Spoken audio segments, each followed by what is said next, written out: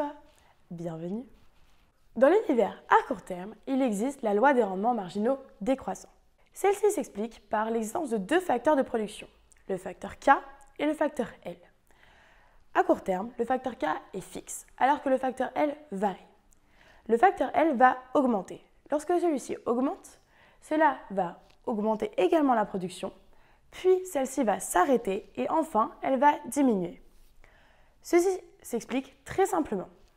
Prenons un exemple. Par exemple, nous sommes dans une école. Le facteur K est alors les salles de cours. Le facteur L va être le nombre de professeurs.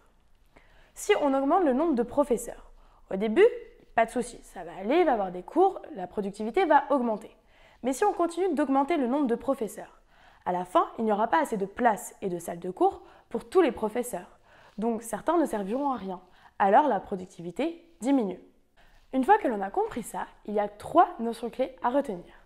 Tout d'abord, la production, qui est donc Q égale la fonction du facteur K et du facteur L. Il y a la productivité moyenne. La productivité moyenne est la production, donc Q, sur L, sur le facteur L. Et enfin, il y a la productivité marginale. La productivité marginale est égale à la variation de la production sur la variation de L, donc delta Q sur delta L. Vous pouvez voir sur ce graphique que lorsque la productivité marginale coupe la productivité moyenne, elle la coupe en son maximum. Et on peut également observer que lorsque la productivité marginale est au-dessus de la productivité moyenne augmente. Puis lorsque la productivité marginale est en dessous de la productivité moyenne, alors la productivité moyenne diminue. Maintenant que tu as compris ça, on va parler des coûts. Il y a plusieurs coûts à retenir.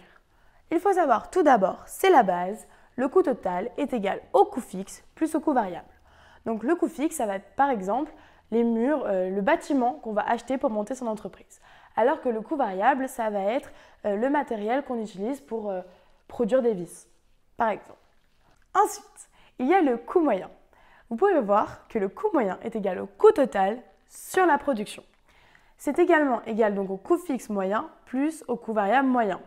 Ça revient à la définition du coût total de base.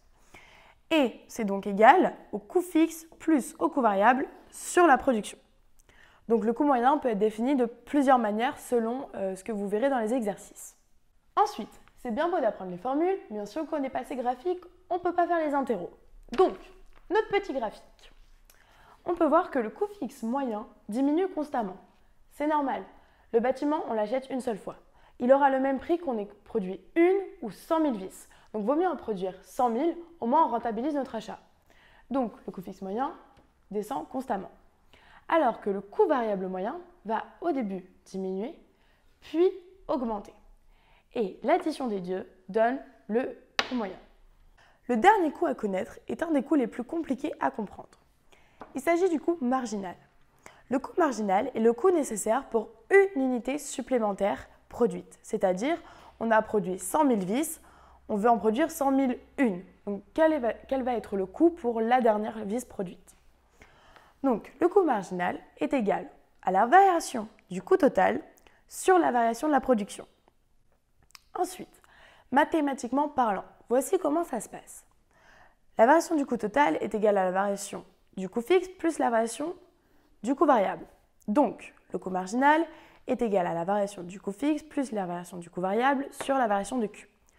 Or, par définition, le coût fixe, il est fixe. Donc, la variation du coût fixe est égale à 0. Donc, le coût marginal est égal à la variation du coût variable sur la variation de Q. Or, une fois de plus, le coût marginal est pour une unité supplémentaire. Donc, la variation de la production va être égale à 1. Donc, le coût marginal est seulement égal à la variation du coût variable. C'était pas si compliqué. Ah oui, et n'oublie pas, le coût marginal coupe le coût moyen en son minimum. Allez, la bise enflammée.